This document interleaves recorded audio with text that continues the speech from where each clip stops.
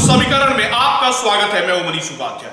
आज हम लोग हैं ग्राम पंचायत राज बढ़हरवा महानंद में, जो कि कल्याणपुर प्रखंड का एक पंचायत है, और हमारे साथ है यहाँ से स्थानीय मुखिया प्रतिनिधि राजेश्वर सिंह जी। आपका बहुत बहुत स्वागत है हमारे चैनल पे। पहला सवाल होगा, जनता का जो चुनाव के समय में आपने जनता से बहुत सारे वादे किए थे, कई सारे आपके मैनिफेस्टो भी थे कि चुनाव जीतने के बाद बहुत सारा काम करेंगे। लगभग कितना उस पर मतलब काम कर पाए हैं आप? क्योंकि एक साल लगातार लगभग पूरा हो गया, और इस एक साल के कार्यकाल में लगभग आप अपनी जनता के किए गए वादों को कितना पूरा कर पाए हैं? देखिए, हम तो फर्जी वादा करते नहीं हैं।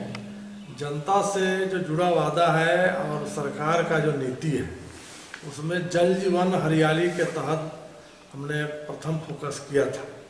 उस दिशा में हम आगे बढ़ रहे हैं, और लगभग मेरा टारगेट था 5000 वृक्षारोपण फर्स्ट फेज में करने का, जिसमें हमने लगभग 3200 का अचीवमेंट कर लिया है। दूसरी विकास की योजना है, तो इंदिरा आवास में राशि अभी नहीं है, इसलिए वह लक्ष्य प्राप्त नहीं हुआ है। मेरे पीरियड में 39 लाभार्थी को पेमेंट हुआ है, जिसमें भवन का निर्माण कार्यरत है। मुख्यमंत्री 7 निश्चय योजना, जो कि पूरे बिहार के लिए एक बहुत ही महत्वाकांक्षी योजना माना जाता है, इसको कितना सफल मानते हैं आप?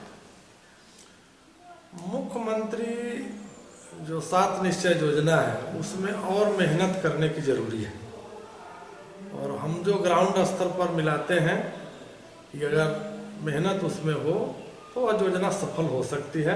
मुख्यमंत्री का जो ड्रीम प्रोजेक्ट है, लेकिन उसमें धन की आवश्यकता है। हमारे पूर्व के जो मुखिया थे, जो इस जनता ने जिनको पराजित किया, इस दिशा के तरफ अग्रसर नहीं थे। मेरे पंचायत में अभी 3 वार्ड में जल नल का काम सिफर है, जहाँ की अभी पानी नहीं पहुँच पा रहा है। इस दिशा में हम भी लगे हुए हैं, और हमारे अधिकारी भी लगे हुए हैं। और जहाँ जल नल का कार्य हो चुका है, वहाँ भी छोटा छोटा बसावट जो छूटा हुआ है, उसका भी प्राकलन बना दिया गया है।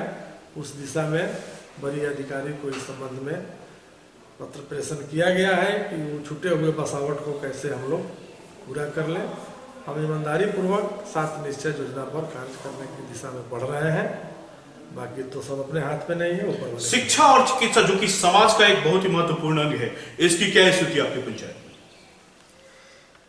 शिक्षा में अभी और सुधार करने की जरूरी है। गुणवत्तापूर्वक शिक्षक की जब तक बहाली नहीं होगी, तब तक शिक्षा में मेरा व्यक्तिगत राय है जो चाहिए वह सुधार नहीं होगा। यहाँ गुणवत्तापूर्वक शिक्षक जो मैथ, साइंस, फिजिक्स, केमिस्ट्री सबके जानकार हों और उचित शिक्षा वो दे सके, तभी गुणवत्तापूर्वक शिक्षक मिलेगा, तभी शिक्षा में सुधार होगा। अभी हम शिक्षा के स्तर पर पीछे हुए हैं। चिकित्सा की क्या खास व्यवस्था है? चिकित्सा मेरे पंचायत में एक भी अस्पताल नहीं है।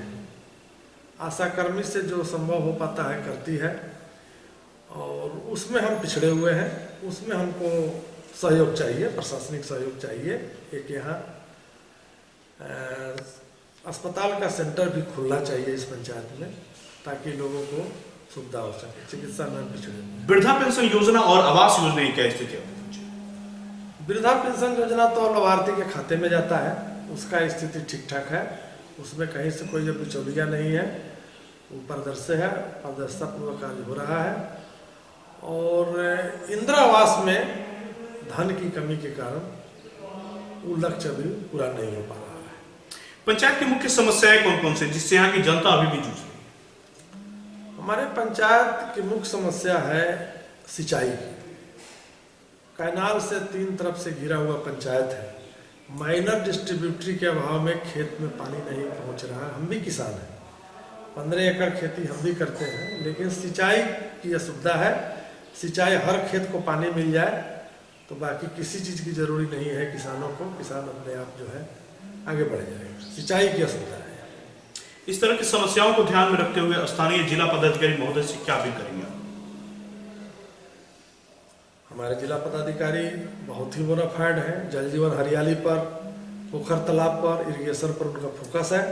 मैं आग्रह करूंगा कि इस चीज़ पर अनवरत प्रयास करते रहें, निश्चित सफलता मिलेगी। उनको अवार्ड भी मिला है। हमको लगता है कि जल जीवन हरियाली पेड़ पौधा पर भी अवार्ड उनको मिला हुआ है। इस दिशा में जितना काम होगा, बिहार हरा भरा रहेगा, पर्यावरण भी ठीक रहेगा और चंपारण का भी पर्यावरण ठीक रहेगा, विकसित होगा। मैं उनके कार्यकलाप से संतुष्ट हूँ।